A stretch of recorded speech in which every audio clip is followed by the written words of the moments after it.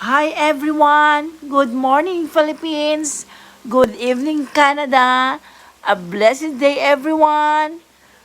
Andito tayo ngayon sa Dakak, Dipolog, saan mayroong white beach. Tingnan nyo guys, the sun ay white. Ito yung Dakak Resort.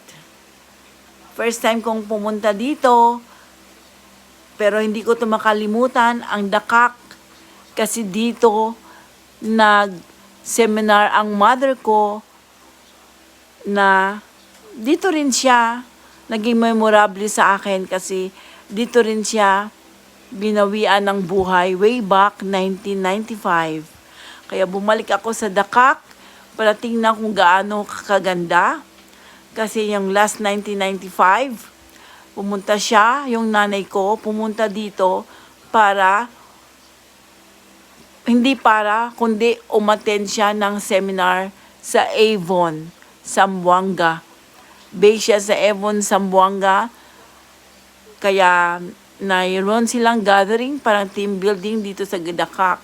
Kaya dumaan ako saglit. Have a good day. Napakagandang lugar. God bless us all.